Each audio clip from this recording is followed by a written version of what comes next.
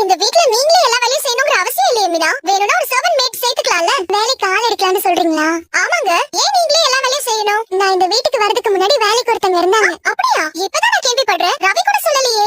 அப்புறம் என்னாச்சு? நான் இங்க வந்த அடுத்த நாளே அத்தை அவங்கள வேலைய விட்டு நிப்பாட்டிட்டாங்க. புதுசா ஒருத்தவங்கள சேர்த்துக்கலாம்ல. அது நடக்காதுங்க. ஏன்? அத சொன்னாலும் அத்தை வேண்டான்னு தான் சொல்லுவாங்க. அப்படியா?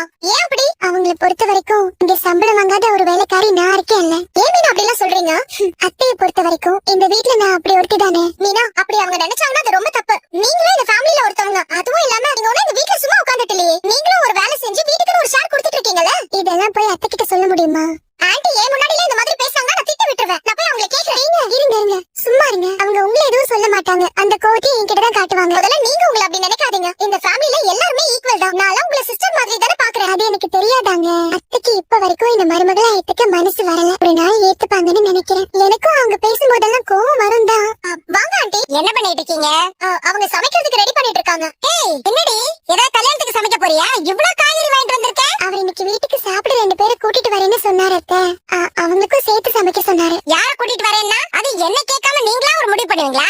உங்க இஷ்டத்துக்கு ஆடிட்டு இருக்கீங்க. அவங்க மலேசியால இருந்து வந்திருக்காங்களா. இவர் கார்ல தான் எல்லா இடத்துக்கும் போயிட்டு இருக்காங்களா. ஓஹோ சவாரிய பிடிக்கிறதுக்கு ஏன் வீட்டு சாப்பாடு தான் கிடைச்சதா?